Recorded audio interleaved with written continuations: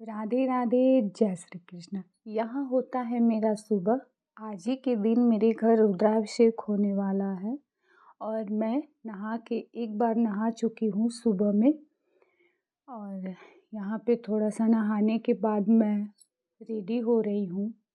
और इतने सबको पता है कि नहाने के बाद हम लोग को सिंदूर लगाना बहुत नेसेसरी होता है।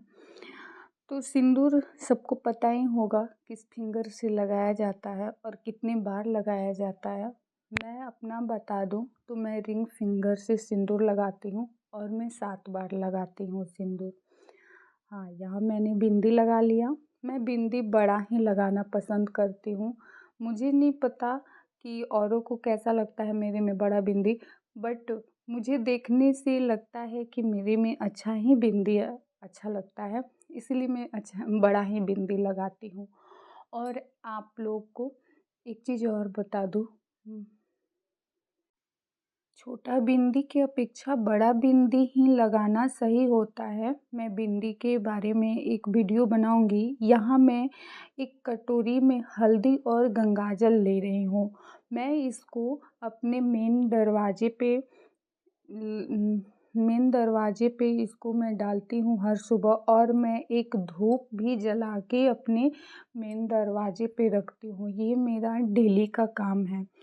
मैं यहाँ मेरा मेन दरवाज़ा, हाँ, पहले मैं यहाँ पे छिड़क देती हूँ 5 बार 7 बार। और मेरा 2 दरवाज़ा है। मैं अभी छिड़क ही रही थी तब तक मेरे बच्चे आ गए। बाहर गए थे घूमने, इसलिए मैं जल्दी जल्दी काम निपटा रही थी। दरवाजे पर छिड़कने के बाद वही हल्दी और गंगाजल मैं अपने पूरे रूम में छिड़कती हूँ। ये मेरा डेली का काम है। मैं नहाने के बाद इतना ज़रूर करती हूँ, चाहे मैं कितना भी जल्दबाजी में रहूँ, कितना भी मेरे पास काम हो, लेकिन मैं इतना ज़रूर करती हूँ। यहाँ कुछ सामान आया था पूजा का और मैं, हाँ, उसके बाद ऊपर आई तो हम लोगों को तो आज रुद्राभिषेक करना था, कुछ खाना नहीं खाना था। तो मैं जल्दी से अपने लिए और सिर्फ अपने लिए ही नहीं और भी अपने परिवार के मेंबर के लिए कुछ अनार छुड़ाई थी और सेव काटी थी। फिर मैं यहाँ पर फाइनली हो गई थी रेडी, क्योंकि गुरुजी आकर के बैठे हुए थे। मैं जल्दी जल्दी फल यहाँ पे धो रही हूँ। मैं खाना वाना बनाने के चक्कर में मैं ये सब भी नहीं कर पाई थी। गुरुजी के आने के बाद ही मैं कर की हूँ ये सारा काम। और मैं गुरुजी का पाँव भी नहीं धो पाई थी, क्योंकि मैं उस टाइम बाबू को सुला रही थी। तो गुरुजी का पाँव ये धोए हैं, मैं नहीं धो पाई। उसके बाद उनको मीठा उठा दे कर के, जो भी शरबत था सब कुछ दे कर के मैं यहाँ पे फल धोने बैठ गई थी। ये मेरा बाबू फल ले जा रहा है पर इसे उठ नहीं रहा था, फिर भी जिद किया था तो मैं दे दी कि ले जाओ। और उसके बाद ये फूल तो उससे उठ जाता, तो मैं सोची कि चलो, उसका बहुत मन था कुछ करवाने का। मैं बोली कि बाबू तुम फूल ही लेकर चले जाओ, फूल तुमसे इजली उठ जाएंगे।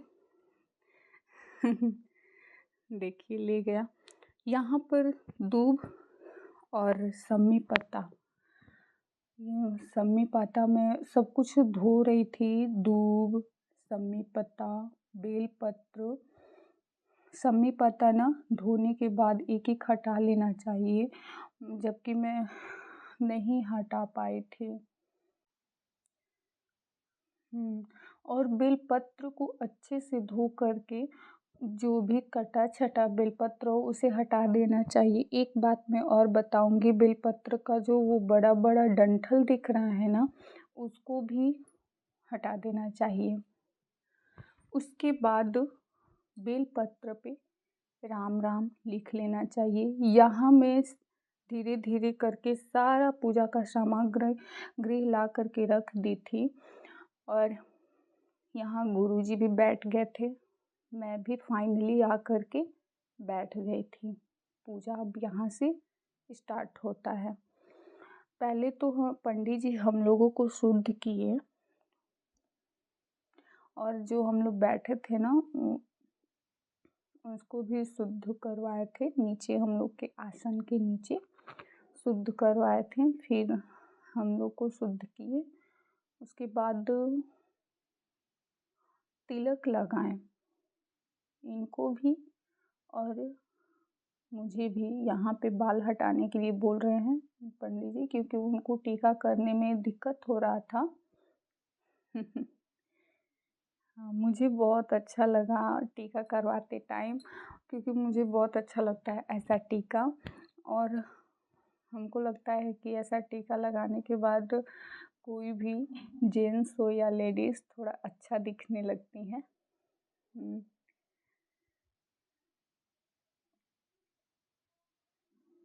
फिर यहाँ पे कुछ मंत्र बोले पंडित जी।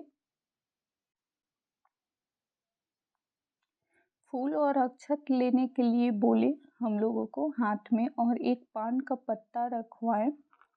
वही उसके बाद बोले गुरुजी हम लोग को गणेश जी का ध्यान करने के लिए, और गणेश जी को ये हम लोग आसन दिए।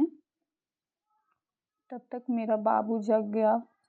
ये तो अब जिद कर रहा था मेरी ही गोद में बैठने के लिए। यही था कि सिर्फ गोद में बैठने के लिए जिद कर रहा था, रो नहीं रहा था। इधर गुरुजी बोले दीपक जलाने के लिए, तो फैन चल रही थी ना तो ये माचिस नहीं जल पा रहा था। वही माँ अभी फैन ऑफ की, उसके बाद फिर दीपक जलाया गया। यह वीडियो यहीं पर होता है ख़त्म, और आगे की वीडियो में मैं बताऊंगी संपूर्ण पूजा के बारे में। तब तक के लिए राधे राधे, जय श्री कृष्ण।